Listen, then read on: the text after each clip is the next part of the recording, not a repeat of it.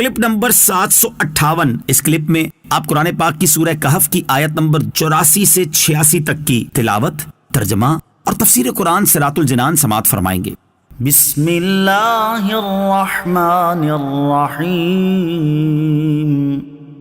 ترجمہ: اللہ کے نام سے شروع جو نہایت مہربان رحمت والا ہے۔ انا مکننا لہ فی الارض وآتیناہ من کل شیء سببا۔ ترجمہ: بے شک ہم نے اسے زمین میں اقتدار دیا اور اسے ہر چیز کا ایک سامان عطا فرمایا۔ انا مکننا لہ فی الارض، بے شک ہم نے اسے زمین میں اقتدار دیا۔ تفسیر صراط الجنان میں ہے، ارشاد فرمایا کہ بے شک ہم نے حضرت ذوالقرنین رضی اللہ تعالیٰ عنہ کو زمین میں اقتدار دیا اور اسے ہر چیز کا ایک سامان یا اس کے حصول کا ایک طریقہ عطا فرمایا، اور جس چیز کی مخلوق کو حاجت ہوتی ہے اور جو کچھ بادشاہوں کو ملک اور شہر فتح کرنے اور دشمنوں کے ساتھ جنگ کرنے میں درکار ہوتا ہے وہ سب عنایت کیا۔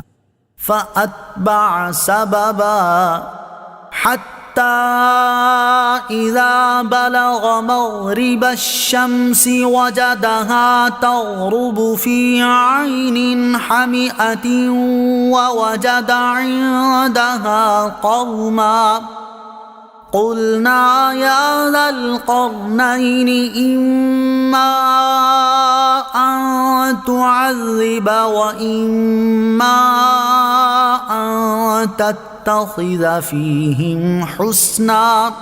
ترجمہ: تو وہ ایک راستے کے پیچھے چلا یہاں تک کہ جب سورج کے غروب ہونے کی جگہ پہنچا تو اسے ایک سیاہ کیچڑ کے چشمے میں ڈوبتا ہوا پایا، اور اس چشمے کے پاس ہی ایک قوم کو پایا تو ہم نے فرمایا اے ذوالقرنین، یا تو انہیں سزا دے یا ان کے بارے میں بھلائی اختیار کرو۔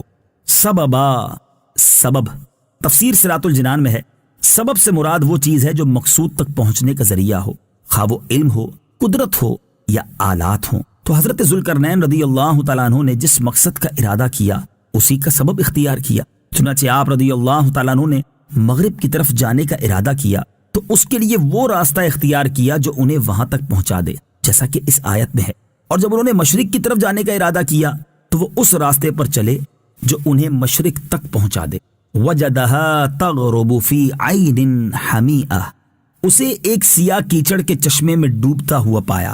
حضرت ذوالقرنین رضی اللہ تعالیٰ عنہ کے سفر کی ابتدا اس طرح ہوئی کہ انہوں نے کتابوں میں دیکھا تھا کہ حضرت نوح علیہ السلام کے بیٹے سام کی اولاد میں سے ایک شخص چشمہ حیات سے پانی پیے گا اور اس کو موت نہ آئے گی۔ یہ دیکھ کر وہ چشمہ حیات کی طلب میں مغرب و مشرق کی طرف روانہ ہوئے۔ اس سفر میں آپ رضی اللہ تعالیٰ عنہ کے ساتھ حضرت خضر علیہ نبینا علیہ السلام بھی تھے۔ وہ تو چشمہ حیات تک پہنچ گئے اور انہوں نے اس میں سے پی بھی لیا، مگر حضرت ذوالقرنین رضی اللہ تعالیٰ عنہ کے مقدر میں نہ تھا، اس لیے انہوں نے وہ چشمہ نہ پایا۔ اس سفر میں مغرب کی جانب روانہ ہوئے تو جہاں تک آبادی ہے وہ سب منزلیں طے کر ڈالی اور مغرب کی سمت میں وہاں تک پہنچے جہاں آبادی کا نام و نشان باقی نہ رہا۔ وہاں انہیں سورج غروب ہوتے وقت ایسا نظر آیا گویا وہ سیاہ چشمے میں ڈوبتا ہے، جیسا کہ دریائی سفر کرنے والے کو پانی میں ڈوبتا معلوم ہوتا ہے۔ وَوَجَدَ عِندَهَا قَوْمًا، اور اس چشمے کے پاس ہی ایک قوم کو پایا۔ تفسیر صراط الجنان میں ہے حضرت ذوالقرنین رضی اللہ تعالیٰ عنہ نے اس چشمے کے پاس ہی ایک ایسی قوم کو پایا جو شکار کیے ہوئے جانوروں کے چمڑے پہنے تھے، اس کے سوا ان کے بدن پر اور کوئی لباس نہ تھے، اور دریائی مردہ جانور ان کی غذا تھے۔ یہ لوگ کافر تھے۔ اللہ تعالیٰ نے الہام کے طور پر فرمایا اے ذوالقرنین، یا تو انہیں سزا دے اور ان میں سے جو اسلام میں داخل نہ ہو اس کو قتل کر دے، یا اگر وہ ایمان لائیں تو ان کے بارے میں بھلائی اختیار کر اور انہیں احکام شرع کی تعلیم دے۔ بعض مفسرین کے نزدیک اللہ تعالیٰ نے یہ کلام اپنے کسی نبی علیہ السلام سے فرمایا اور انہوں نے حضرت ذوالقرنین سے یہ بات کہی۔